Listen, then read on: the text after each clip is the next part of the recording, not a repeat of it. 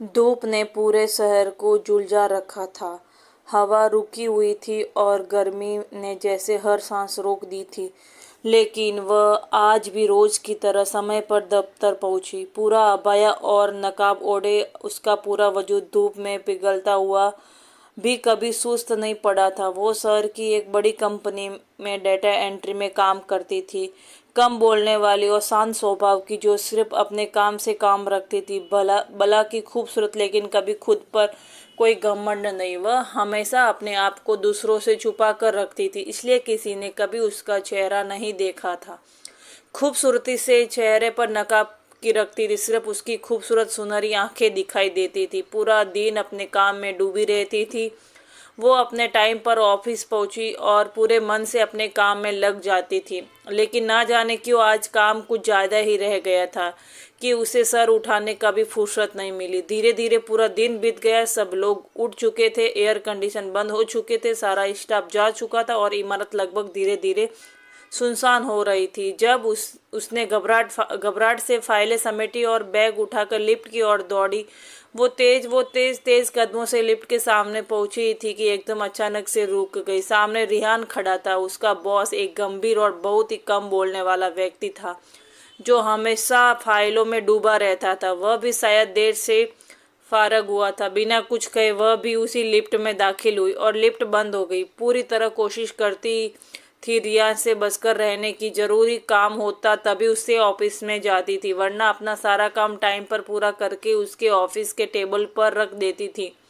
पता नहीं क्यों उसे रियान से एक अजीब सा डर महसूस होता था। उसे ऐसा लगता जैसे वह हमेशा उनके नज़रों में घेरे रहती है। हालांकि आज तक कभी भी रियान ने उसे बिना वजह बात करने की कोशिश नहीं की थी। आज भी अगर मजबूरी ना होती तो वो कभी भी उसके साथ अकेले लिफ्ट में नहीं रुकती। लेकिन वह उसके साथ अकेले लिफ्ट में सवार हो गई थी तो दिल को संभाले लिफ्ट के रुकने का इंतजार कर रही थी। अंदर हल्की सी ठंडक और ठंडी रोशनी थी। उसके बावजूद भी उससे ठंडे पसीने आ रहे थे और वजह रिहान का उसके बेहद करीब होना था।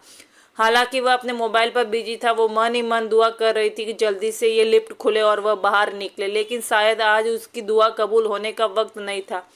आज उसकी किस्मत पलटने वाली थी। लिफ्ट चलने के कुछ ही पलों के बाद एक झटके से रुक गई और एयर कंडीशन भी बंद हो गया। उसने दीवार का सहारा लिया। गर्मी की तीव्रता से नकाब के भीतर उसकी सांसें फूलने लगी। गर्मी और घुटन ने उनके होश छीन लिए थे। दिल पर घबराहट तेजी से बढ़ने लगी थी। एक तो लिफ्ट का बंद हो जाना, ऊपर से रियान का उसके साथ उसकी लिफ्ट में होना। उसने डरी हुई नजरों से रियान की ओर देखा, जिसके चेहरे पर भी परेशानी की कुछ लकीरें उभर आई थी। वो कुछ कहना चाहती थी लेकिन आवाज बंद हो गई। अचानक ही उसका सिर सकराया और आंखों के आगे अंधेरा सा गया। रियान ने तुरंत आगे बढ़कर उसे संभाला था। उसका शरीर बुरी तरह कांप रहा था, सांसें उखड़ रही थी और हाथ बेजान हो रहे थे। रियान ने अपना मोबाइल निकाला लेकिन लिफ्ट में कोई सिग्नल नहीं था। सुनिए, संभालिए अपने आप को प्लीज, इस तरह हिम्मत मत हारिए। वो उसे अपनी बाहों में संभाले उसे होश में लाने की कोशिश कर रहा था। लेकिन तभी रियान को लगा जैसे उसका पूरा शरीर बेजान होने लगा। और फिर वह पल आया जब उसने उसे मरता हुआ महसूस किया। वो पल जब कुछ भी समझ में नहीं आता, उस इंसान दूसरे की सांसें बचाने के लिए हर हद पार कर जाता है। बिना कुछ सोच समझे रिहान ने भी उसके चेहरे से जरा सा नकाब हटाया और उसकी सांसें बहाल करने के लिए अपने होठ उसके होठों से लगा दिए और उसकी सांसें खींचने लगा। वो पल पवित्रता और बेवसी के बीच लटका हुआ था, लेकिन उसका शरीर ढलक चुका था। वह बेहोश हो चुकी थी। रिहान ने उसे अपनी बाहों में सहारा दिया। उसका पूरा वजूद ठंडा हो रहा था। अपने गर्म वजूद में समाते हुए उसने उस लड़की को वजूद को गर्म करने की कोशिश की और फिर सारी रात उसी तरह लिफ्ट में बैठा रहा। लिफ्ट में लगे कैमरे की आंख सब कुछ रिकॉर्ड कर चुकी थी। सुरक्षा कर्मियों ने समझा कि सब जा चुके तो वह दूसरी लिफ्ट से नीचे चले गए। किसी को पता न चल सका कि उस सुनसान इमारत में वह दोनों बंद है। सुबह जब टेक्नीशियन से लिफ्ट चालू की तो दरवाजा खुलते ही एक भीड़ आंखें फाड़े सामने खड़ी थी। लिफ्ट के फर्श पर वह लड़की अर्थ बेहोश पड़ी और रिहान उसके करीब झुका हुआ था, जैसे पूरी रात उसकी हिफाजत करता रहा। जब लड़की ने आंखें खोली तो पहले पलकों को झपकाया, फिर हाथ चेहरे तक गया और उसकी आंखों के सामने बेहोश होने से पहले की रात का दृश्य घूम रहा। गया। वो गर्म एहसास जो उसने अपने होठों पर महसूस किया था, वो महकती सांस जो उसकी टूटती सांसों में घुल रही थी, यह एहसास ताज़ा होते ही उसके होठ जलने लगे थे। चेहरा गुस्से और सदमे से लाल हो गया।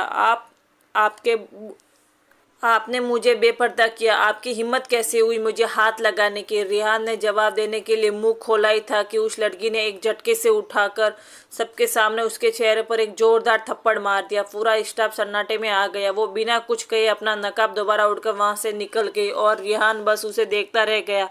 रियान की आंखें गुस्से से लाल हो गई थी। उसने तो उस लड़की की जान बचाई थी, मगर वह सबके सामने अनजान बनने का नाटक करते हुए उसके चेहरे पर थप्पड़ मारकर जा चुकी थी।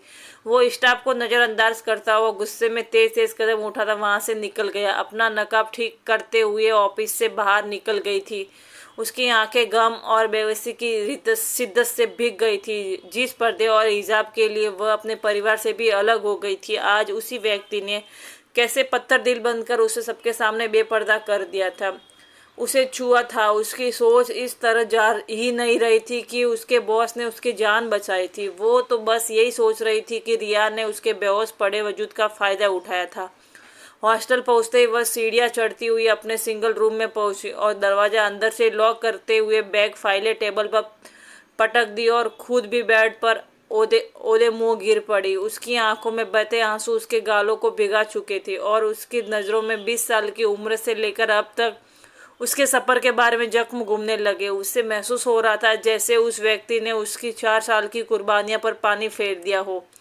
जोया सर की एक मशहूर अभिनेत्री और मॉडल ईरा की बेटी थी। उसके पापा भी फिल्म इंडस्ट्री के एक प्रोड्यूसर थे। उन दोनों ने अपने बच्चों की परवरिश बहुत ही आज़ाद ख्याली से की थी। जोया की 2 बड़ी बहनें और एक भाई था जो अपने माँ बाप के नक्शे कदम पर चलते हुए कोई मॉडलिंग तो कोई शोबिस या पैसा अपना बना चुका था। जोया बहन भाइयों में सबसे छोटी थी और जोया जैसे जैसे बड़ी होती जा रही थी, इस दौलत और शोहरत से उसके दिल उछाड़ होता जा रहा था। वो अपने माँ बाप और अपने बहन भाइयों को दिखावे की जिंदगी जीते देखती तो उसके मन में अजीब सी बेचैनी बढ़ने लगती थी। वह खुलकर अपनी मर्जी से सांस लेना चाहती थी, अपने आप को दूसरों के हाथों का खिलौना बनने देना नहीं चाहती थी। उसने देखा था उसके घर हर वक्त नए नए मर्दों का आना जाना लगा रहता था।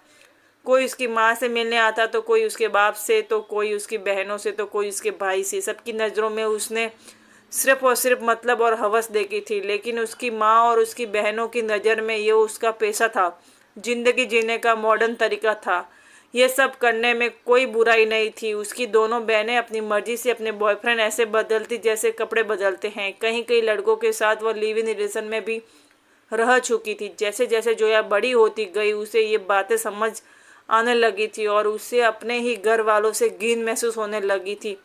10वीं के बाद जब उसने कॉलेज में दाखिला लिया तो उसने अपनी एक क्लास सोफिया की और दोस्त का हाथ बढ़ाया, जो सिर से पांव तक काले अबाया में लिपट कर आती। उसके लहजे में एक ठहराव और बातों में ऐसी गहराई थी कि वह सामने वाले को अपने अखलाक से ही अपना मुरीद बना देती। जोया को उसने कोशिश महसूस होती। वो सोफिया को रश्क भरी नज़रों से देखते हुए सोचती कि अल्लाह पाक जख्म गर्मी में भी उसे हिजाब ओढ़े देखकर कितना खुश होते होंगे। फिर एक दिन बारिश की वजह से स्टूडेंट कॉलेज में पहुंच बहुत कम आए थे और उसका पूरा दिन लगभग फ्री ही गुजरा था। जब बारिश को थमी तो जोया और सोफिया ने साथ कॉलेज में ग्राउंड में आकर टहलने लगी। सोफिया, तुम इतनी गर्मी में इतना सख्त पर्दा करती हो तो क्या अल्लाह पाक तुम्हें इसके बदले इनाम देंगे? जोया ने अचानक ही वह सवाल पूछ लिया जो बहुत दिनों से उसके दिमाग में घूम रहा था। उसका दिन भी तालीम से कभी कोई खास वास्ता नहीं पड़ा था, इसलिए वह पर्दे की अहमियत से बिल्कुल ही अनजान थी। जोया के सवाल पर सोफिया की आंखों की चमक बढ़ गई। जानती हो इस पर्दे के बदौलत मेरा रब मुझे सबसे खास नेमत से नवाजेगा, वह नेमत जो हर किसी के नसीब में नहीं होगी। सोफिया ने लहजे से गहराई थी और उसकी आवाज़ खुशी से काँप रही थी। जोया ने हैरत से उसे देखा। सोफिया ने गहरी सांस लेते हुए अपने लहजे की थरथराहट को संभाला।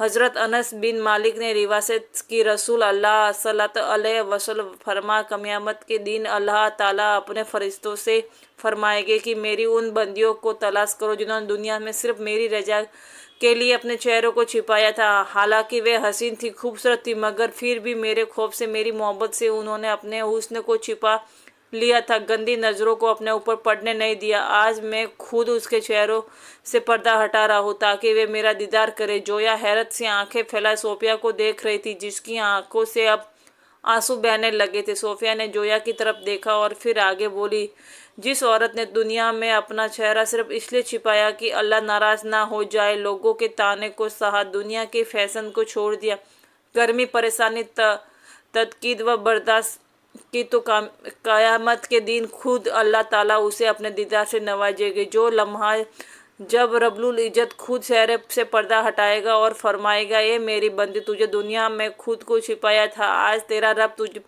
तुझे छिपेगा नहीं। सोफिया अब हिचकिचाने के साथ रो रही थी। क्या यह कम है जोया? यह इनाम ना मालदारों को मिलेगा, ना ही खाट की इबादत करने वालों को, बल्कि दिल से दया करने वाली, अल्लाह के लिए पर्दा करने वाली औरतों को मिलेगा, जिनके पर्दे में अल्लाह की मोहब्बत छिपी होती है। अबीर जोया का दिल कांप गया और उसने भीगी आंखों से सोफिया को अपने सीने से लगा लिया। दिन गुजरते गए और जोया रोज बरोज पर्दे की अहमियत के बारे में और भी ज़्यादा जानती गई। जब भी वह रिसर्च करने बैठती, कहीं बेपर्दी के अजब से वह कांप उठती, तो कहीं औरतों की बेपर्दी से पर्दे तक का सफ़र में वाक़यात पढ़ते हुए उसकी आंखें भीग जाती। जोया का सेकेंड ईयर का भी ख़त्म होने वाला था। सोफिया के साथ उसकी दोस्ती को 1 साल से ज़्यादा का वक्त गुजर चुका था। जोया की दिलचस्पी देखकर सोफिया ने उसे बहुत सी किताबें लाकर दी ताकि उसके पर्दा करने के इरादे और मजबूत हो जाए। जोया पिछले 6 महीनों से नमाज की पाबंदी के साथ साथ तहज्जुद की पाबंदी भी करने लगी थी। वह रो रो कर अपने लिए हिदायत और हिम्मत मांगती थी और आखिरकार उसने पर्दे का पक्का फैसला कर लिया, अपने दीन पर चलने का फैसला कर लिया। उसने धीरे धीरे अपनी मम्मा, अपने बाबा के फंक्शन में जाना छोड़ दिया। कुछ महीने तक वह सिर्फ खुद को नाराम गैर मर्दों की निगाहों से बचाकर रखने में कामयाब रही और उसे ये पर्दा करना बहुत आसान लगा। अभी तक उसकी फैमिली में किसी को इसके बारे में पता नहीं था। उसके कॉलेज जाने के वक्त भी वह घर पर कोई मौजूद नहीं होता। उसके मामा, उसके पापा, भाई बहन शूटिंग के कामों में अक्सर रातों घर से बाहर ही गुजारते थे। जोया के फाइनल एग्ज़ाम होने वाली थी और उन्हें कॉलेज से फ्री कर दिया गया था। नाश्ते की टेबल पर उस दिन मामूल से हटकर सब लोग मौजूद थे। जोया की मम्मा ने एक नज़र उस पर डाली तो उन सब के मुकाबले बिल्कुल सादे उले में सफ़ेद सलवार कमीज पहने, दुपट्टे को सिर पर सलीके से सजाए बैठी थी, मेकअप से खाली चेहरा और खामोश आंखें जैसे किसी गहरी सोच में डूबी हो। जोया, ये तुमने अपनी क्या हालत बना रखी है? ना कोई मेकअप, ना कोई वेल्स, ना कोई लिपस्टिक और ऊपर से सफ़ेद सूट पहनकर सिर पर ऐसे दुपट्टा सजाए बैठी हो जैसे किसी माया में घर गई हो। अलीना रीवी ने लहजे में नागवारी थी। एक गेटअप उसका सिर्फ तब होता था जब किसी के यहाँ मातक पर जाना हो, और इस गेटअप के लिए भी ईरा ने अपनी एक स्पेशल ब्यूटिशियन और एक स्पेशल ड्रेस डिजाइनर को रखा हुआ था, जो माहौल को देखते हुए उसका मेकअप करती और उसके लिए ड्रेस का चुनाव करती। उसके बाद पर जोया एकदम चौंक गई, सीधी हुई। मामा, जरूरी तो नहीं कि मातक के घर में ही ऐसी सादगी से रहा जाए, सादगी तो अल्लाह पाक को पसंद है, और फिर खामखा सारा दिन मेकअप किए रखने के लिए मेरी स्किन खराब हो जाती है, आप भी ये जानती है। जोया के दो टूक जवाब पर सब एक दूसरे की तरफ देखने लगे और ईरा के माथे पर पड़े हुए बल गहरे हो गए। इस तरह का गेटअप हम सिर्फ मातक वाले घर जाने के लिए करते हैं, तुम भी यह बात अच्छी तरह जानती हो, और अगर तुम्हारी स्किन खराब हो जाती है तो उसका प्रॉपर ट्रीटमेंट करवाएंगे। पैसे चाहिए तो मुझसे ले लो, मगर दोबारा मैं तुम्हें घर में इस हालत में ना देखूं। अगर कभी अचानक मेरी फ्रेंड्स आ गई और तुम्हें इस हालत में देख लिया तो वह तो यही सोचेगी कि हम तुम्हें ढंग से पहनने ओढ़ने के लिए पैसे नहीं देते। माँ की बातें सुनकर जोया की आंखों से आंसू आ गए। उसने बेबसी से एक नज़र उन सब के उंगली पर डाली। उसकी बहनों और उसकी माँ अदन के बदन के साथ बैठी उसे पहनने ओढ़ने का सलीका सिखा रही थी। मेकअप से लथपथ चेहरे, किसी की शर्ट हाफ स्लीव थी तो किसी का शर्ट का गला गहरा था। उसके साथ टाइट जीन्स पहने हुए बड़ी बेनियाज और शानो शौकत से बैठी थी। उनके जिस्म का एक एक अंग साफ नजर आ रहा था। कभी जोया का भी ऐसा ही हुलिया होता था, मगर जैसे जैसे उसे सुर आता गया, अब ऐसे कपड़े देखकर ही उसे घुटन होने लगी। जोया के पापा ने अपनी बेटी की आंखों में आंसू देखकर उसकी माँ को टोका, ईरा बच्ची को सुकून से नाश्ता तो करने दो, इतने दिनों के बाद सब एक साथ बैठे हैं, खामोशी से नाश्ता करो। ईरा एक सख्त नज़र अपनी बेटी पर डालकर खामोश हो गई। जोया के लिए अब एक निवाला भी गले से उतरना मुश्किल हो रहा था। वो खामोशी से टेबल से उठी और कुर्सी पीछे खिसका कर सीढ़ियों की तरफ बढ़ गई। तभी उसके कानों में अपनी माँ की आवाज़ पड़ी, रात में एक गैदरिंग है जिसमें तुम्हें भी हमारे साथ जरूर चलना है। मैं अब कोई भी बहाना नहीं सुनूंगी जोया, और तब तक अपना हुलिया भी संभाल लेना। सीढ़ियाँ चढ़ते हुए जोया का शरीर कांप गया। अब वो अपने पर्दे की हिफाजत कैसे करेगी। रमजान ने अपनी बीवी पर एक सख्त नज़र डाली। तुम भी हद करती हो ईरा, यह सब तुम इसे बाद में भी समझा सकती थी। बच्ची को ढंग से नाश्ता भी नहीं करने दिया। ईरा ने मुंह में एक्सपीरियंस बदले मगर खामोश रही। जोया के हाथ पांव यह सोच सोच कर काँप रहे थे कि अब वो क्या करेगी। माँ के साथ उसकी पार्टी में जाना मतलब खुद को अपने हिसाब से ढाल कर जाना है। वहीं छोटे छोटे कपड़े और मेकअप से लिपा चेहरा वह हरगिज भी नहीं कर सकती। वो सोफिया को 1000 बार कॉल कर चुकी थी और पूछ चुकी थी कि वो अब क्या करे। हर बार सोफिया उसे सब्र से समझाती कि बेहतर है तुम उस फैमिली गैदरिंग में जाओ, मगर नकाब करके और अबाया पहन कर जाना, ताकि एक बारी तुम्हारी फैमिली को सच का पता चल जाए। कयामत आनी होगी वह एक ही बार आ जाएगी। शाम के 7 बज रहे थे और 9 बजे फंक्शन था, मगर वह अभी तक अपने कमरे से में चुन बैठी थी जब उसकी मम्मा दरवाज़ा खोलकर धड़ाम से अंदर दाखिल हुई। जोया, मैंने तुमसे कहा था कि तुम्हें हमारे साथ चलना है और तुम अभी तक यहाँ बैठी। चलो उठो, मेरे साथ पार्लर चलो। जोया के कांपते होठों से बहुत धीमी सी आवाज़ निकली, मम्मा मेरी तबीयत ठीक नहीं है, मैं नहीं जाना चाहती, प्लीज़ आप लोग अकेले चले जाए। ईरा अब खूंखार नज़रों से अपनी बेटी को घूर रही थी, जो पिछले कुछ अरसे से हर गैदरिंग में पर कोई ना कोई बहाना बना देती थी और वह उसका बहाना मान भी लेती थी। लेकिन आज जब उन्होंने उसका यह रूप देखा तो उसे छोड़कर जाने का तो मतलब ही नहीं था। जोया, मैं तुम्हारा और भी कोई बहाना बर्दाश्त नहीं करूँगी। पार्टियों में सब तुम्हारा पूछते हैं और मैं अब उसके सामने तुम्हारे बहाने पेश करते करते थक चुकी हूँ। उठती हो या फिर मैं नौकरानी से बुलाकर जबरदस्ती तुम्हें गाड़ी में बिठाऊँ। जोया का रंग उड़ गया। जी ठीक है मम्मा, आप जाइए, मैं बस अभी ड्राइवर के साथ आ जाऊंगी और मैं घर पर ही तैयार होकर आऊंगी, आप फिक्र मत कीजिए। ईरा ने उसे फरकती हुई नज़रों से देखा। ठीक है, लेकिन अच्छे से तैयार होकर आना, और जो काली साड़ी मैंने तुम्हें दिलवाई थी ना, वो तुमने एक बार भी नहीं पहनी, आज वही पहनकर आना। उसकी मम्मा हुक्म जारी करके हुए चली गई। कुछ ही लम्हे के बाद जोया कांपते कदमों से उठी और वजू करने के बाद जाए नमाज पर खड़ी हो गई। उसकी आंखों से लगातार आंसू बह रहे थे। नफल पढ़ने के बाद वह फुट फुट कर दुआ में अपने लिए सब्र और सुकून मांगते हुए रो पड़ी। ईरा सबके बीच खड़ी बार बार हाथ में पकड़े हुए मोबाइल में टाइम देख रही थी। 9 बजे का फंक्शन था, 10 बजे शुरू हुआ था, मगर अब 11 बज चुके और जोया अभी तक नहीं आई थी। तभी रोशनियों से जगमगाते हॉल में जोया कांपते कदमों के साथ दाखिल हुई। उसने अबाया पहनने से परहेज किया था क्योंकि वह एक साथ अपनी फैमिली को शौक देना नहीं चाहती थी। लंबी काली मैक्सी जिसमें उसके पांव तक ढके हुए थे, सीने और कंधों पर अच्छे से चादर फैलाए और चेहरे को हिजाब के साथ लपेटे, वो स्टेज की तरह कदम बढ़ाने लगी। हॉल में मौजूद तमाम मर्दों और औरतों की निगाह का वह केंद्र बन चुकी थी। उस हुलिये में वह किसी रियासत की राजकुमारी से कम नहीं लग रही थी। उसका भरा भरा जिस्म पूरी तरह ढका हुआ था और लंबे कद के साथ पांव तक आती मैक्सी ने उनकी पर्सनालिटी में एक वकार पैदा कर दिया था। ईरा कुछ पलों के लिए पहचान ही ना सकी कि वह कौन है, मगर जब जोया ने पास पहुंचकर उसके करीब खड़ी औरतों को सलाम किया तो उसके चेहरे का रंगत ही उड़ गई। सब औरतें सलाम का जवाब देने की बजाय फटी फटी निगाहों से उसे देखने लगी।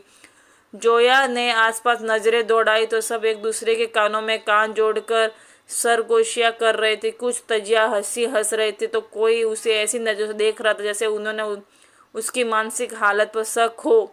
तभी पास खड़ी एक औरत ने ईरा बीवी के बाजू को हिलाया।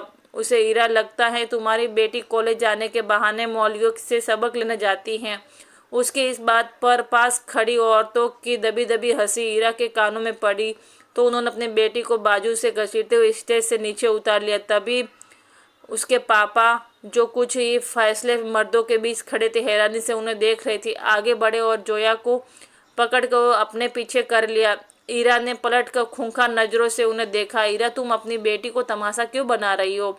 इसे घर जाकर समझाएंगे, मगर इस तरह सबके सामने मेरी बेटी को घसीट कर अपनी तौहीन मत करो। तौहीन? हाँ, और जो इसकी वजह से हमारी तौहीन हुई उसका क्या है? ईरा का लहजा गुस्से और नफरत से भरा हुआ था। तभी जोया अपने पापा के पीछे निकल कर उसके सामने आकर खड़ी हुई। मम्मा, मेरे इस हुलिये से आपको क्यों लग रहा है कि आपकी तौहीन हुई है? इस सोसाइटी के बड़े बड़े लोगों की सोच इतनी छोटी क्यों हो गई है? मैं नंगी तो नहीं आई हूँ, यहाँ तो सब इस तरह घूर रहे हैं मुझे। वो अभी और भी कुछ कहती कि ईरा ने एक जोरदार थप्पड़ उसके गाल पर मारा था। जवाब चलाना बंद करो। जोया इतना जोर से पड़ा थप्पड़ खाकर वह एकदम से लड़खड़ा गई। इससे पहले कि वह गिरती, उसके पापा ने उसके अपनी बाहों में थाम लिया और दहाड़ उठे, ईरा घर चलो। अपनी बीवी पर गुस्सा निकालते हुए वह जोया को बाजुओं के थामे हॉल में बाहर निकलने वाले दरवाजे की ओर बढ़ गई। मीडिया हर एक मंजर रिकॉर्ड कर चुका था। कैमरे की चमकती फ्लैश लाइट में ईरा को अपना वजूद जमीन पर धंसता महसूस हो रहा था।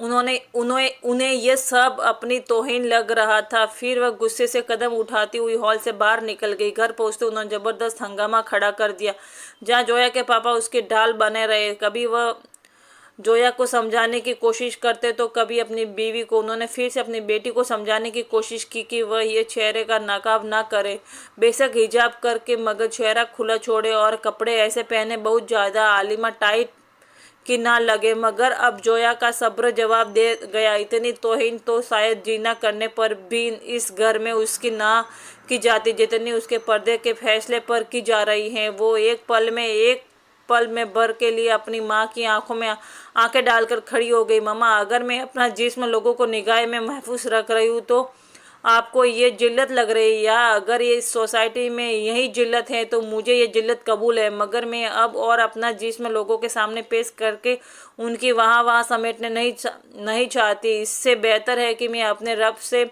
क़यामत के रोज़ ये सुनना चाहती कि वह मुझे राजी हैं। जोया की आंखों से आंसू छलक रहे थे, मगर उसने मजबूत लहजे से अपनी बात जारी रखी। पापा क्या चाहते हैं? पापा, आप क्या चाहते हैं कि आपकी बेटी जन्नत की खुशबू से भी महरूम रह जाए? हालांकि जन्नत की खुशबू तो 500 मीलों के फासले से भी आती होगी। क्या आप अपनी बेटी को उस खुशबू से महरूम रखना चाहते हैं?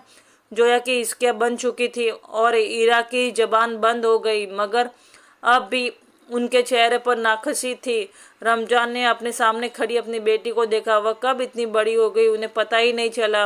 उन्होंने आगे बढ़कर उसे अपने सीने से लगा लिया। तभी ईरा ने सख्त आवाज़ सबके कानों में पड़ी, ठीक है, तुम जो करना चाहती हो करो, मगर आज के बाद तो मुझे इस घर पे नज़र नहीं आओगी। मैं लोगों के सामने और जिल्लत बर्दाश्त नहीं कर सकती। ये कहते हुए ईरा सीढ़ियों लागती हुई नज़रों से ओझल हो गई।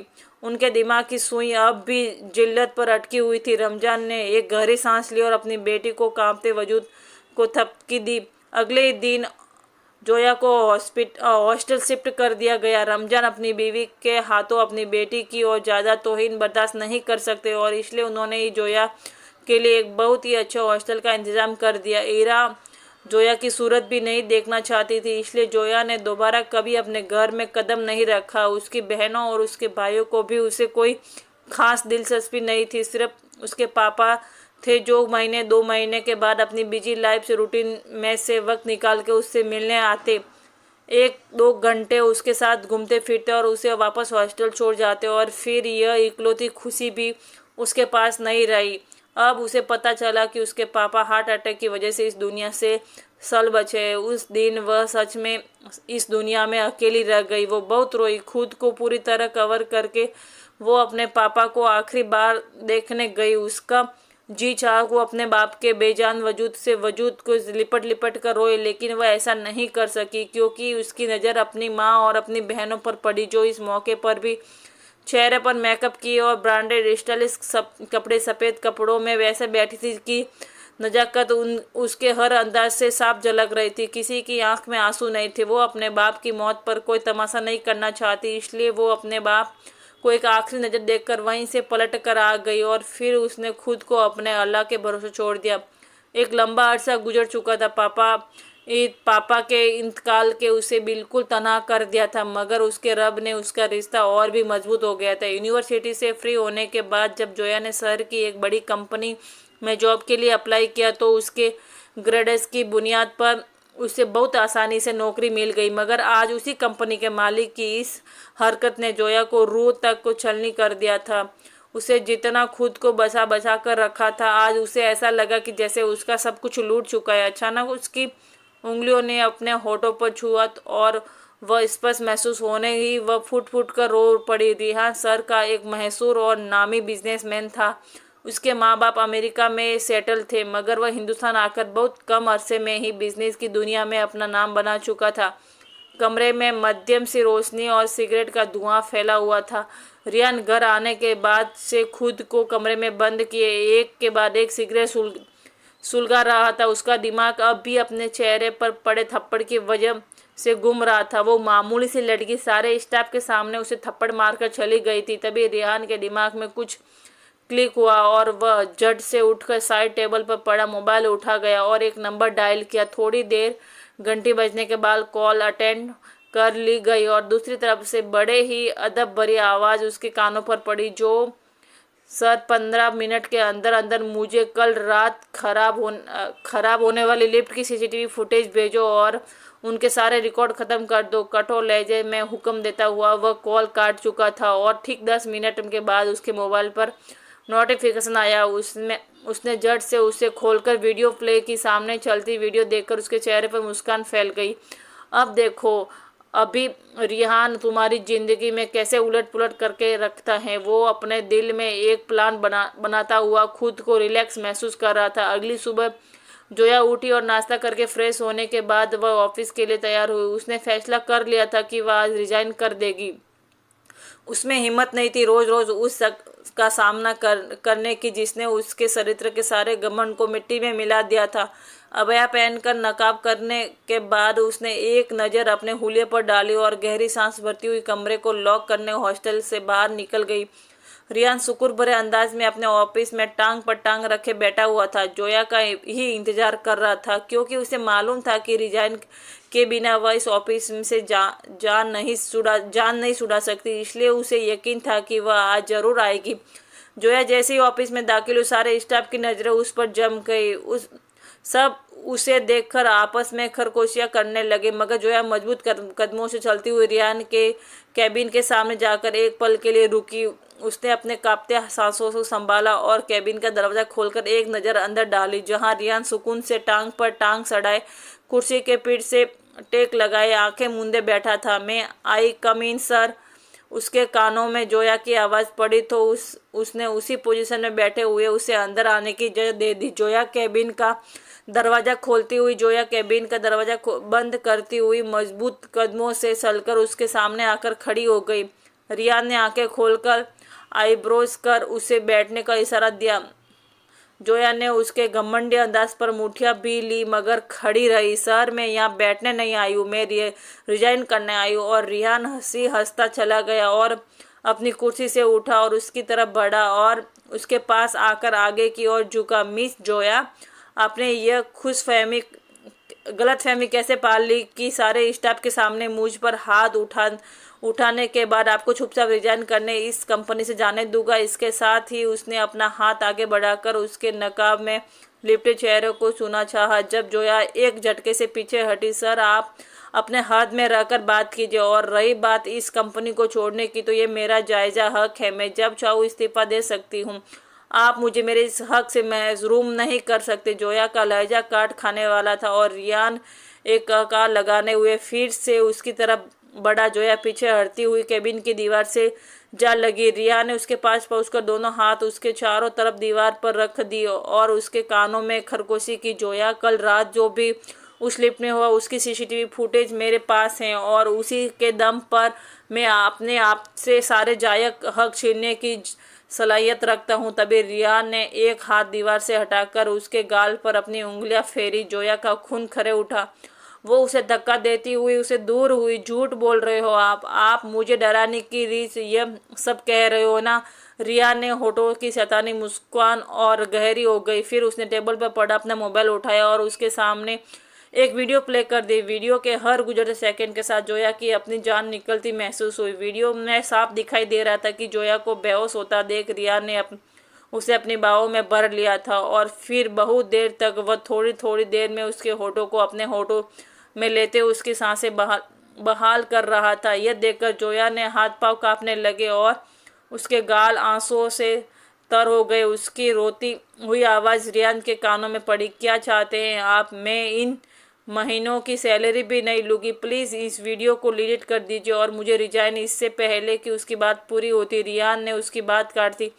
दोबारा तुमने रिजाइन का लफ्ज़ अपने मुंह से निकला तो इस वीडियो को वायरल करने में एक सेकंड भी नहीं लगा होगा। जोया को अपना सिर घूमता हुआ महसूस हुआ। वो टेबल का सहारा लेकर कुर्सी पर बैठ गई। आप प्लीज़ इस वीडियो को डिलीट कर दें। आप जो चाहेंगे मैं करूँगी, मगर प्लीज़ इस वीडियो को वायरल मत कीजिए। जोया ने बेबसी से उसकी मिन्नत की। रिहान उसके सामने घुटने के बल बैठता हुआ बोला, एक शर्त पर मैं ये वीडियो डिलीट करूँगा। तुम्हें मुझसे निकाह करना होगा। जोया ने आंखें फाड़ कर उसे देखा। आप होश में तो हैं? आपने ये सोचा भी कैसे कि मैं आप जैसे इंसान से निकाह करूँगी? रियान कहा लगाते हुए उठकर खड़ा हो गया। ओके मिस प्रीति, आपके इनकार पर अब मुझे ये वीडियो वायरल करने पर कोई पछतावा नहीं होगा। उसकी उंगलियां तेजी से मोबाइल की स्क्रीन पर चल रही थी और जोया के होश उड़ गए। वो एक झटके से उठी। ना नहीं नहीं नहीं, प्लीज़ ऐसा मत कीजिए। जोया ने उसके आगे हाथ जोड़ दिए। जब रिया ने मोबाइल की स्क्रीन उसके सामने करते हुए आई, बस एक क्लिक की देर है, फिर जोया की जिंदगी तबाह। जोया को पत्थर बने देख रियान ने बेनियाजी से कंधे उचका दिए और मोबाइल का रुख अपनी ओर मोड़ लिया। इससे पहले कि वो क्लिक करता जोया सीखी, नहीं ठीक है, मैं आपसे निकाह करने के लिए तैयार हूँ, मगर ऐसा मत कीजिए प्लीज़। रियान के चेहरे पर एक फातियाना मुस्कान उभरी और उसने सुकून से मोबाइल लॉक करते हुए अपनी जेब में डाल लिया और दीवार के टेक लगाकर हाथ सीने पर बांधे खड़ा हो गया। जोया उसके सामने फर्श पर बैठी हिचकियों के साथ रो रही थी। 10 मिनट तक भी जब उसका रोना ख़त्म नहीं हुआ तो रियान की उत्फाई हुई आवाज़ उसके कानों में पड़ी, मिस प्रीति क्यों अपनी हसीन आंखों पर जुल्म कर रही है? थोड़े से आंसू अपने लिए निकाह के वक्त के लिए भी बचा कर रख लीजिए और कुछ आंसू उस वक्त के लिए जब स्वागरात में मेरी शिद्दत सहने हुए तुम्हारे इन खूबसूरत आंखों से गिरेंगे और मैं उन आंसुओं को अपने होठों से चूम लूँगा। उसकी इन बेशर्मी भरी बातों से जोया का चेहरा लाल हुआ था। उसने जख्मी नज़रों से उसकी तरफ देखा और वो सदरंग जैसी सुनहरी निगाह रियान के दिल में तीर बनकर उतरी थी, मगर वो चपाट चेहरा ले खड़ा रहा। जोया ने अपने सामने खड़े घमंडी और बेरहम इंसान को देखा जिसके चेहरे पर पछतावे की एक झलक नहीं थी। उसने दिल ही दिल में फैसला किया कि वह इस जख्म के सामने खुद को और कमज़ोर नहीं दिखाएगी और फिर फर्श से उठकर खड़ी हो गई। रियान की आंखों में आंखें डालते हुए वो सख्त लहजे से बोली, आपने जितना मुझे रुला लिया, लेकिन निकाह के बाद अगर मैंने आपकी ज़िंदगी जनून ना बना दी तो मेरा नाम भी जोया नहीं। यह कहते हुए तेज तेज कद उठाती कैबिन से बाहर निकल गई। रेहान भी चेहरे पर शैतानी मुस्कान सजाए सिर झटकता हुआ ऑफिस से बाहर निकल गया। उसे शाम तक निकाह की तैयारियां मुकम्मल करनी थी। जोया हॉस्टल पहुंचते ही वजू करके जाए नमाज बिछा चुकी थी। काफ़ी देर सदमे से रोने के बाद वह वहीं सो गई थी और जब मोबाइल की घंटी पर उसकी आंख खुली तो उसने दीवार पर लगी घड़ी पर नज़र डालते हुए मोबाइल उठाया। शाम के 6 बज चुके थे। वो इतनी देर तक सोती रही, उसे पता ही नहीं चला। स्क्रीन पर अनजान नंबर देखकर वह टिकटी, मगर फिर कॉल रिसीव करके मोबाइल कान से लगा लिया।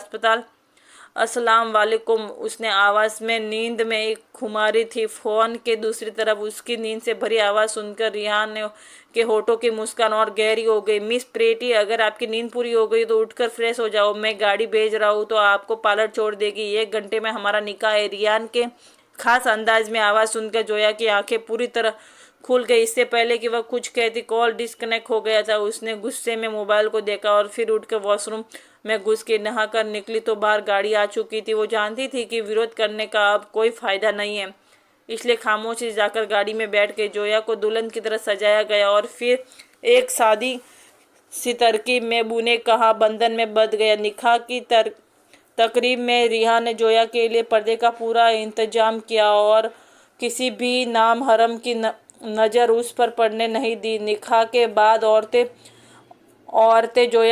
जोया को रियान के कमरे में छोड़कर खामोशी से वापस पलट गई। रियान ने एक नज़र कमरे पर डाली और बेड पर सजी सेज और फर्श पर पड़ी फूलों की पंखुड़ियों को देखते हुए चेहरे के भाव बदल लिए। हम इंतजाम तो ऐसे क्या जैसे इनकी शादी की पहली रात बहुत रोमांटिक होने वाली है। आने दो कमरे में, ऐसे स्वागत मनवाओगी कि जिंदगी भर याद रखेगी। कमरे में जलती धीमी रोशनी से उसे घुटन सी महसूस हो रही थी। आगे बढ़कर बोर्ड पर हाथ मारते हुए उसने सारी लाइटें जला दी और ड्रेसिंग टेबल के सामने जाकर खड़ी हो गई। उसने एक नज़र अपने हुलिये पर डाली। गहरे लाल रंग के गहरे गले वाले ड्रेस में पूरी दुल्हन के रूप में सजी हुई वह जानलेवा हंसी लग रही थी। उसने एक एक करके अपनी ज्वेलरी उतारनी शुरू की। अभी उसने हाथों की चूड़ियाँ उतारी थी कि रियान 2-4 आए मेहमानों को रुस्ख करने के बाद कमरे का दरवाज़ा लॉक करता हुआ उसकी तरफ पलटा। उसने पहली बार जोया को इतने खुले रूप में देखा था। उसकी नज़र जोया के चेहरे पर खूबसूरत नए नक्श को देखने के बाद उसकी गर्दन से होती उसके गहरे गले पर ठहर गई। उफ, उसकी खूबसूरती देखकर रियान जैसे सांस लेना भूल गए। उसकी आंखों में मचलने जज्बात देखकर जोया ने फौरन अपने दोनों हाथों ने अपना सीना ढक लिया। यह किस तरह की बेजुआ ड्रेस आपने मेरे लिए भेजा था? रियान, उसकी आवाज़ में होश में आया। जोया गुस्से से लाल चेहरा लिए उसे घूर रही थी। रियान के होठों पर मुस्कान फैल गई। वो कदम बढ़ाता हुआ उसकी तरफ आया। तभी जोया ने एक झटके से पलटी और वॉशरूम की तरफ बढ़ी। रियान ने फौरन आगे बढ़कर उसका बाजू थाम लिया। कहाँ जा रही हो? मुझे जी भरकर देखने तो दो, अभी ना जाओ छोड़कर कि दिल अभी भरा नहीं है। जोया ने एक झटके से अपना बाजू छुड़ाया और उसके बेसुरी आवाज़ में गाए गाने को नज़रअंदाज करते हुए गर्जी, जहनून में जा रही हूँ। छले के साथ रियान ने एक नज़र वॉशरूम के दरवाजे पर डाली और नज़र उसके जानलेवा हो। उफ, तुम मुझे अपने साथ वॉशरूम चलने का दावत दे रही हो? मैं तो दिलो जान से राजी हूँ तुम्हारे कपड़े उतरवाने में मदद करने के लिए। जोया को इस बयान और उम्मीद नहीं थी। उसका चेहरा शर्म से लाल हो गया और वह पैर पटकती गुस्से से साथ वॉशरूम का दरवाजा बंद करके अंदर चली गई। पीछे से उसे रियान के जोरदार हंसी सुनाई दी और वॉशरूम के अंदर बंद जोया का बस नहीं चल रहा था कि उसका खूबसूरत चेहरा नाखूनों से नोच कर खराब कर दे। रियान बेड पर बैठा उसके वॉशरूम से बाहर आने का इंतजार करने लगा, मगर जोया का शायद सारी रात वॉशरूम में गुजारने का इरादा था। वह दिन भर का थका हुआ था, इसलिए जोया का इंतजार बैठे बैठे उसकी हल्की सी आंख लग गई। 2 घंटे गुजरने के बाद जोया ने वॉशरूम का दरवाजा खोलकर कमरे से झांका। रियान को सोता देखकर उसके सुकून की सांस भरी। 2 घंटे वॉशरूम में खड़े खड़े उसकी टांगें जवाब दे गई थी, मगर रियान के साथ रात गुजारने के मुकाबले उसे यह तकलीफ मंजूर थी। वो अब और खड़ी नहीं हो सकती, इसलिए उसने धीरे से सोफे पर बैठते हुए अपनी हील उतारी और अपने पास हलाए। थोड़ी देर सुस्ताने के बाद उसने धीरे धीरे अपनी सारी ज्वेलरी उतार कर सामने पड़ी टेबल पर रख ली। बालों के पीने निकालते उसके हाथ थक गए थे। उसका दिल चाह रहा था कि वह हर चीज उठाकर दीवार पर दे मारे। उसने बहुत समय से अपने बालों में लगी आखिरी पिन खींचकर निकाली और एक झटके से बाल खोलकर वह सोफे पर ढह गई। उसने ये काम इतनी सावधानी से किया था कि जरा सी भी आवाज ना आए। उसे पता था अगर रियान जाग गया तो उसके मुंह जो जज्बों का लगाम लगाना उसके बस की बात नहीं है। थोड़ी देर सांस लेने के बाद उसने अपने कपड़ों की ओर देखा और धीरे धीरे उठकर अलमारी खोली, जिसके एक खाने में कुछ हल्के और कुछ भारी कढ़ाई वाले खूबसूरत कपड़े टंगे थे। वो सारी तैयारियां पहले ही कर चुका था। उसके साइज के ढेर सारे सूट अपने अलमारी में हैंग कर रखे थे। उससे शुक्र की एक सांस ली भरी और एक सूट बाहर निकाला, लेकिन उसे इस वक्त सिर्फ सूट की जरूरत नहीं थी, कुछ और सामान की भी जरूरत थी। उसने इधर उधर कपड़े हटाकर देखा, लेकिन उसे कोई भी सामान नहीं मिला। फिर किसी ख्याल में तहत उसने अलमारी का दूसरा पल्ला खोला तो सामने ही रखी चीजें को देखकर उसका चेहरा शर्म से लाल पड़ गया। उसने जड़ से अलमारी का दरवाजा बंद कर दिया। अस्तगफिरुल्लाह, इतनी भी तमीज नहीं, औरतों की प्राइवेट चीजें इस तरह सामने ना रखी जाए। बेशरम इंसान, इन्हें थोड़ा साइड में भी तो रख सकता था। वो बड़बड़ाते हुए फिर से वॉशरूम घुस गई। अलमारी का पल्ला खुलने की आवाज़ से रियान की आंख खुल गई थी। मगर वह सोने का नाटक कर रहा था। जोया के अस्त कफ रुला कहने पर उसने बड़ी मुश्किल से अपनी हंसी रोकी थी। थोड़ी देर में जोया वॉशरूम से बाहर निकली और कपड़े सोफे पर फेंक दिए। वह दिन भर की थकी हुई थी और अब उसमें इतनी हिम्मत नहीं थी कि इतने भारी कपड़े तय करके रखे। उसने एक नज़र रियान पर डाली और फिर धीरे से बेड की दूसरी तरफ जाकर लेट गई। थोड़ी देर में वह नींद में की आगोश में चली गई। रियान ने उसे सोता देखकर अपनी आंखें खोली। जोया अब नींद की हालत में उसकी तरफ मुंह कर लेटी थी। दुपट्टे से बेपरवाह सोती हुई वह रियान की धड़कनें बढ़ा रही थी। रियान धीरे से उठा, कमरे की लाइट बुझाई और जोया के साथ बेड पर लेटते हुए धीरे से उसे अपनी बाहों में भर लिया और फिर धीरे धीरे उसे अपने होठों से छूते हुए अपने होठों के पास बुझाने लगा। उसका बस नहीं चल रहा था कि वह जोया को जगाकर उसे अपना साथ देने में मजबूर कर दे। उसकी गुस्ताखियां धीरे धीरे बढ़ रही थी, सांसें गहरी होने लगी थी, दिल की धड़कन बढ़ने लगी थी और उसकी तेज सांस से अपनी गर्दन के नीचे महसूस करते हुए जोया की आंखें खुल गई। रात का ना जाने कौन सा पैर था और रियान उस पर बुरी तरह सवार अपने होठों के पास बुझा रहा था। जोया को जब समझ आया कि उसका चेहरा गुस्से और शर्म से लाल पड़ गया तो जोया ने उसे हटाने की कोशिश की, मगर उसके भारी भरकम वजूद के आगे वह बेबस थी। जोया के विरोध पर रियान ने उसकी गर्दन से मुंह उठाते हुए बहकी हुई लाल नजरों से जोया को देखा। कमरे के मध्यम रोशनी से रियान की नजरें की खुमारी महसूस करते हुए जोया के होठ कांप उठे और उसके लाल अनारी होठों को कांपते हुए देखकर रियान ने अब और बर्दाश्त नहीं हुआ और उसने जोया के होठों को बेरहमी से अपने होठों में ले लिया। जोया को अपनी सांसें रुकती हुई महसूस हुई। मदहोशी की बहकता हुआ रियान उसने थोड़ा सा गाफिल हुआ और जोया ने झट उसके होठ पर जोर से काटा था। उसे पूरी ताकत लगाकर झटके से रियान को पीछे धकेला। इस अचानक आफत पर उसकी पकड़ एकदम ढीली हुई और मौका पाते ही जोया उसे धक्का देती हुई बेड से उठकर खड़ी हुई। उसका पूरा वजूद कांप रहा था। मैं इस जबरदस्ती की निकाह को नहीं मानती रियान, खबरदार जो तुमने दोबारा मुझे हाथ लगाया। यह क्या बदतमीजी जोया। बंद I light it are but I like यार। उसे होठों को छलकते खून की बूंद को अपनी उंगली से पोंछते हुए सूता हुआ वह मदोस अंदाज में बोला और फिर उठकर उसकी तरफ बढ़ा। जोया को कोई रास्ता नजर नहीं आया तो उसकी नज़र बालकनी पर पड़ी और वह भागते हुए बालकनी में पहुंच गई। ना जाने कब वो और क्यों रियान की कुर्बत में उसकी धड़कनें बढ़ गई थी, मगर अब उसे फिर से रियान के नफरत होने लगी थी। उसके होठ कांप रहे थे। अगर आप एक कदम भी मेरे करीब आए तो मैं यहाँ से कूद जाऊंगी। और रियान को खुमार उसी पल उतर गया। वो आंखों में गुस्सा लिए आगे बढ़ा। ये क्या पागलपन है जोया, हटो वहां से। जब जोया बालकनी के किनारे पहुंचकर गुस्से से चिल्लाई, मैं सच कह रही हूँ, यहाँ से कूद जाओगी, दूर रह मुझसे। उसके अंदाज में ऐसा यकीन था कि रियान के कदम जम गए और पलटा और तेजी से कदम उठाता कमरे से बाहर निकल गया। जोया ने सुकून की सांस ली और दौड़ती हुई और दौड़कर कमरे का दरवाजा बंद कर लिया और वापस आकर बेड पर लेट गई। अब उसे खुद पर अफसोस हो रहा था कि वह कैसे उस पर भरोसा करके इतनी बेखबर होकर सो गई। अब कमरे का दरवाजा लॉक था, इसलिए वह फिर से सुकून से सो गई। रियान साथ वाले कमरे का दरवाजा खोलकर अंदर दाखिल हुआ। बेडरूम में सटा यह कमरा रियान का मन पसंदीदा रूम था। वो आहिस्ता आहिस्ता कदम उठाता सामने दीवार पर लगे बोर्ड पर टंगी तस्वीरों को देखने लगा। ये तस्वीर जोया की थी। वो धीरे धीरे कदम बढ़ाता एक एक तस्वीर पर हाथ फेरने लगा। फिर उनमें एक तस्वीर को चूमता सामने सोफे पर बैठ गया और उन तस्वीरों को दोबारा ताकने लगा।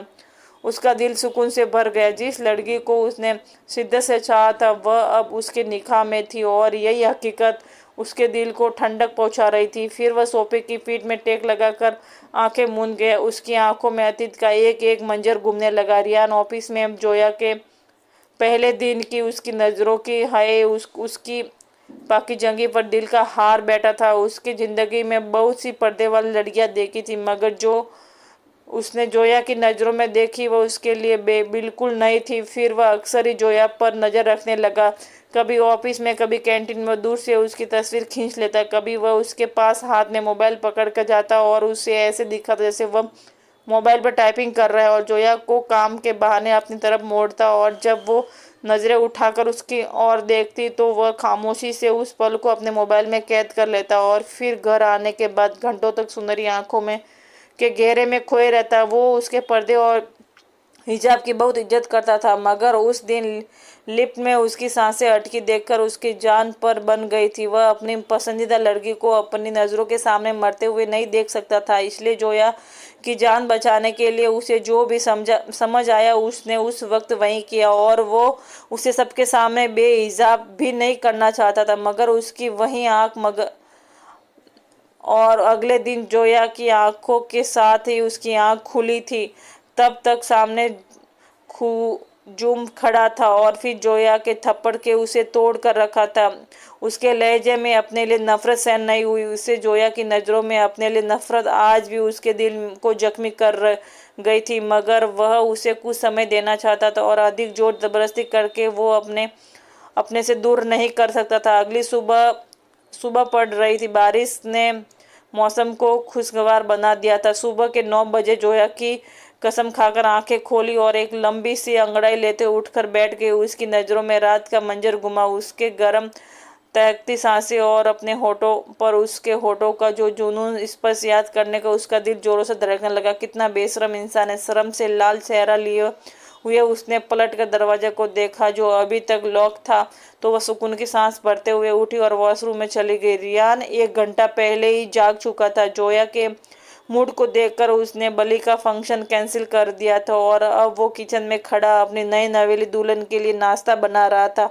जोया फ्रेश होकर कमरे से बाहर निकली तो किचन से आती खटखट की आवाज़ सुनकर वो उधर ही देखने लगी। वो उठते ही रियान के सामने नहीं जाना चाहती थी, मगर उसके पेट में भूख से छुएं दौड़ रही थी। वो इन 2 दिनों में वही 18 साल की जोया बन चुकी थी, जिद्दी, नखरीली और हर हाल में मुकाबले जीतने वाली। जब वह अपनी दोस्त से मिली थी तो उसके बाहर ही उसने बहुत बदलाव आए थे।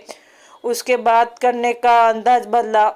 उसने बेवजह जिद करना छोड़ दिया था और खुद को किस्मत के हवाले कर दिया था, मगर अब उसकी पुरसुकून जिंदगी को इस सख्त ने 2 दिन में ही उलट पुलट कर रख दिया था। इसलिए उसका बस नहीं चल रहा था, वरना वो उसे इतनी तकलीफ देती और ऐसी ही उसकी जिंदगी का अचानक से रुख मोड़ देती। कल रात उसकी जीत हुई थी, ये सोचते हुए वह मगरून अंदाज में चलती किचन में आई, जहां रियान नाश्ता बना चुका था और अब चाय कपों में डाल रहा था। अब उसने अपने पीछे कदमों की आड़ सुनी तो पलट कर देखा। सामने ही वह कातिल हसीना बड़ी शान से खड़ी उसे देख रही थी। रियान उसके कॉन्फिडेंट पर एक पल के लिए हैरान हुआ। उसे उम्मीद नहीं थी कि वह खुद कमरे से बाहर निकलेगी।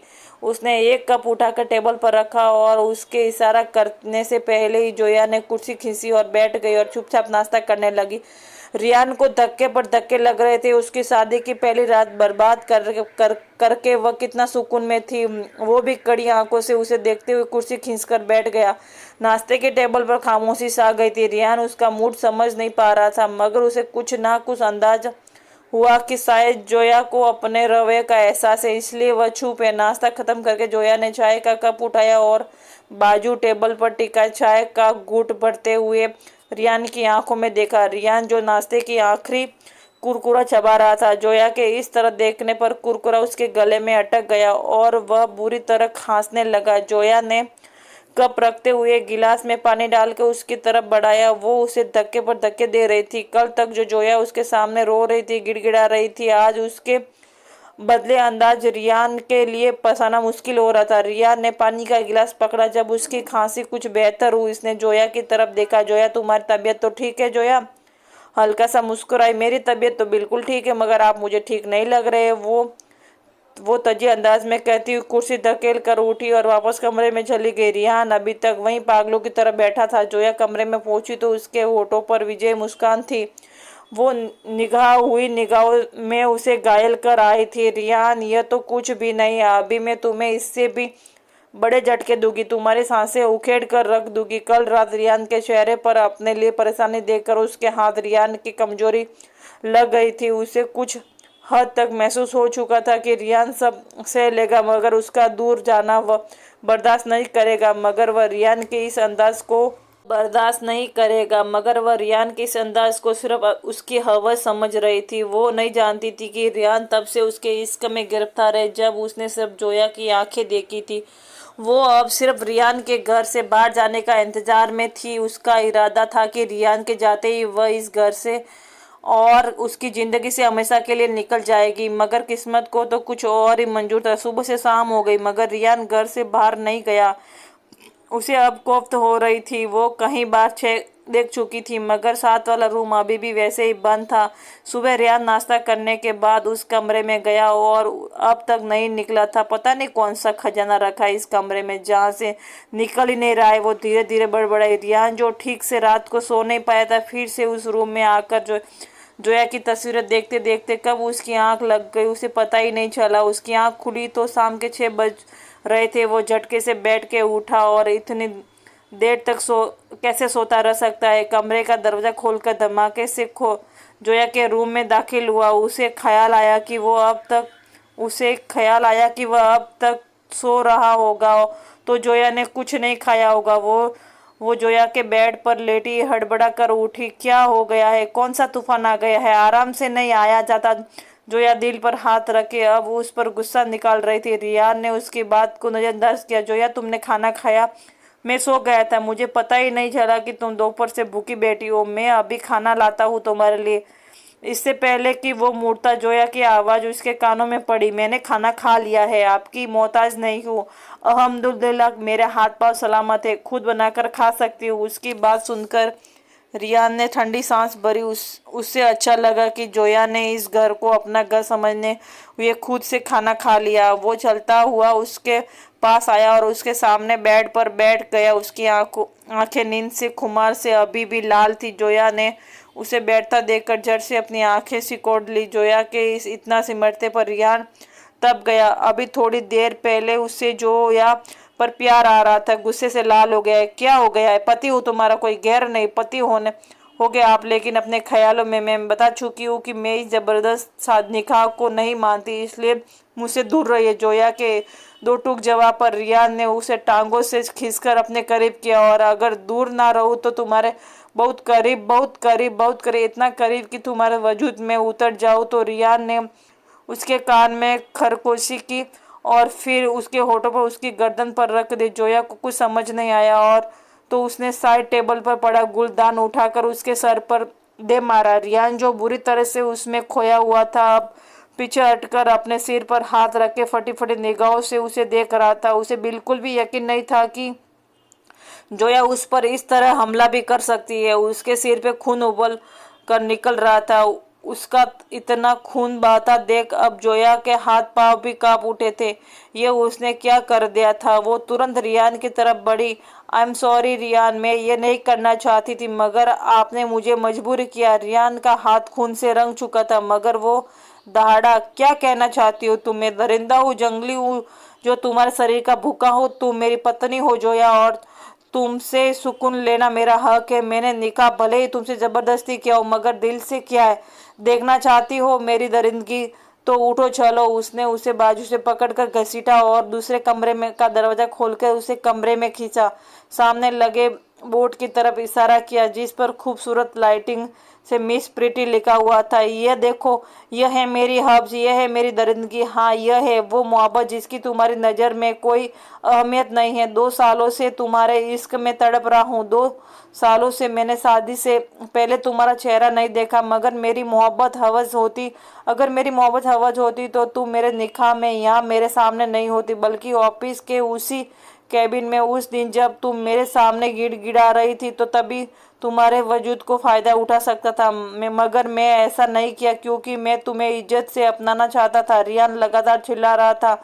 उसकी आंखों से आंसू बहने लगे और जोया आंखें फाड़े सामने लगे बोर्ड को देखती रही। खून बहुत ज्यादा बह चुका था। रिहान अपने सिर को हाथों में थामे फट फट गिर गया था। रियान जोया ने चिल्लाते हुए उसका सिर उठाकर अपनी गोद में रखा और अपना दुपट्टे उसके सिर पर बांधा और तुरंत पास पड़ी रिहान का मोबाइल उठाकर एम्बुलेंस को कॉल की। थोड़ी ही देर में वह एम्बुलेंस में बैठी उसे लेकर हॉस्पिटल जा रही थी।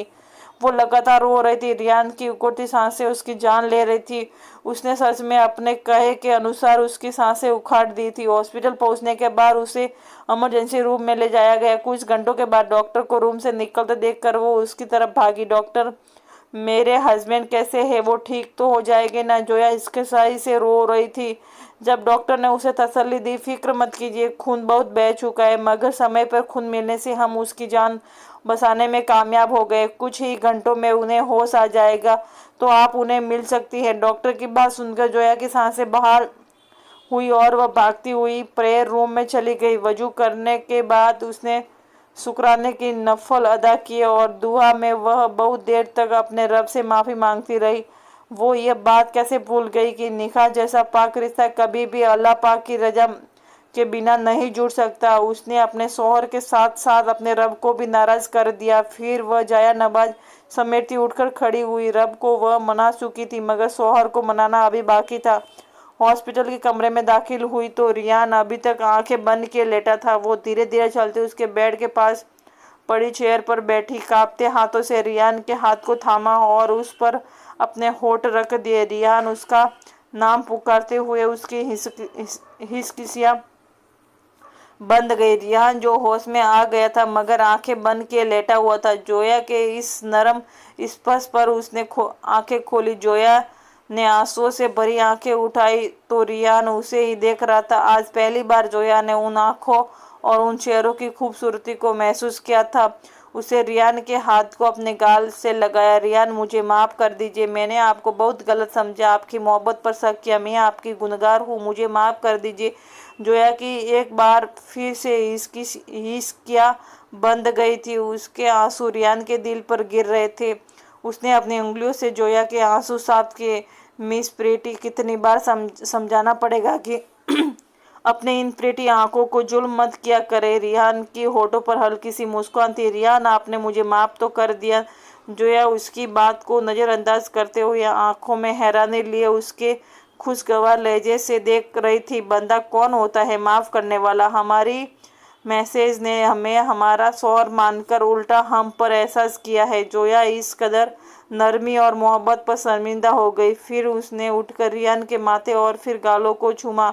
उफ मिस प्रीति, तुम क्या चाहती हो? मैं यहीं हॉस्पिटल के बेड पर तुम्हें बाहों में समेट लूं? जोया खिलखिलाती हुई पीछे हटी। वैसे अगर ये गुलदान सर पर खाने से मुझे मेरी बीवी की मोहब्बत मिलनी थी तो ये गुलदान तो मुझे शादी की पहली रात ही मार देती। वो शरारत से मुस्कुराए। जोया खिलखिलाकर हंस पड़ी। उसकी मुस्कान पर रियान ने दिल ही दिल में अपने रब का शुक्र अदा किया। रियान को हॉस्पिटल से घर आए दूसरा दिन था। अब वो उठकर बैठने के काबिल हो गया था। 2 दिनों में जोया ने उसका हद से ज़्यादा ख्याल रखा था। उसके सिर में दर्द होगा यही सोचकर उसने रियान को बेड पर लिटा रखा था और उसे ज़्यादा देर तक बैठने नहीं दिया था। जोया रात के खाने की ट्रे लेकर कमरे में दाखिल हुई। उसे बेड पर बैठा देखकर उसे घूरा। मैंने आपसे कहा था ना, आप नहीं उठेंगे? रियान मुस्कुराया। जोया, मेरी जान, मुझे अब दर्द नहीं हो रहा है, बल्कि उल्टा लेट लेट के मेरे शरीर में दर्द होने लग गया है। जोया चुप हो गई। खाने की ट्रे उसके पास बेड पर बैठी और अपने हाथों से उसे खाना खिलाने लगी। रियान ने भी अपने हाथों से निवाला बनाकर उसके मुंह में डाला। रियान, मैं खा लूँगी बाद में। उसके विरोध पर रियान ने उसे टोका। आज तुम मेरे हाथों से खाओगी। खाना खत्म करने के बाद जोया उठकर जाने लगी तो रियान ने ट्रे उसके हाथ से पकड़कर साइड टेबल पर रखी और उसे वापस खींचकर अपने पास बिठाया। आज रियान को उसकी सख्त ज़रूरत थी। जोया ने घबरा कर पलकें झुका ली। उसकी आंखों में आज कुछ अलग ही रंग मचल रहे थे। जोया ने फौरन भाप लिया और उसका दिल जोरों से धड़कने लगा था। रियान और करीब आया और उसके चेहरे को थोड़ा सा ऊंचा करते हुए उसके माथे पर अपने होठ रखे। जोया की धड़कन तेज हो गई। उसने कुछ कहने के लिए मुंह खोला तो उसी पल रियान ने अपने होठों से उसके होठों को बंद कर लिया। जोया को खींचकर उसने बेड पर गिराया और खुद उसके ऊपर सवार हो गया। वो दीवाना बार उसके वजूद के नरम नाजुक हिस्सों को छूते हुए उसे मदोस कर रहा था और जोया उसके होठों के स्पर्श से पागल हो गई थी। और जब रियान उसकी शर्ट के बटन खोलने लगा तभी उसकी बहकी आवाज़ रियान के कानों में पड़ी। रियान, आपने मेरी तस्वीरें कब बनाई थी? वह रियान का ध्यान हटाना चाहती थी क्योंकि उसकी मस्कुलर बॉडी देखकर एक पल के लिए वह सहम गई थी। रियान ने उसके मुंह पर अपना हाथ रखते हुए उसके कानों में सरखोशी की। यह वक्त इन बातों का नहीं है मिस प्रीति। आज मैं तस्वीर की नहीं बल्कि तस्वीर में मौजूद उस लड़की को अपने आप में समाना चाहता हूँ कहते हुए वह अपनी शर्ट उतार कर दूर सोफे पर उछाल कर फेंक दिया था और अब जोया को भी हर चीज से आजाद कर रहा था। वो उसे पूरी तरह से अपने घेरे में ले चुका था। उसकी नरम धड़कनें और उसकी उंगलियों की शरारत करता हुआ अब उसका हाथ नीचे की ओर सरक रहा था। फिर उसने नरम पेट को अपनी मुट्ठी में दबोचता वो उसे सिसकने पर मजबूर कर रहा था। अब रियान के होठ उसकी नरम धड़कनों पर और उंगलियां पेट से कुछ नीचे शरारत कर रही थी और अब जोया खुद को संभाल ही नहीं सकती थी। बुरी तरह से मदहोश होती आंखें बंद करती खुद को रियान के हवाले कर चुकी थी। कांपते होठों से निकलता मदहोश इसके रियान को और भी जुनूनी कर रही थी। वो हर चीज में से बेखबर होता जा रहा था, उसके ऊपर हुआ था और फिर कुछ ही पल में उसकी नाजुक वजूद में उतर गया एक मीठा सा दर्द और फिर एक सुकून जो जोया को पूरे रंग रंग में उतर गया था। रियान भी उसे और खुद को सुकून देता हुआ पूरी तरह मदहोश होने लगा। खिड़की के बाहर चांद भी शर्मा कर बादलों में छिप गया था और अंत में रियान अपने मनपसंद लड़की के तन और मन दोनों को अपना बना चुका था। तो दोस्तों, आज की हमारी कहानी कैसी लगी जरूर बताना। पसंद आई हो तो प्लीज़ लाइक करना। ऐसी और रोमांटिक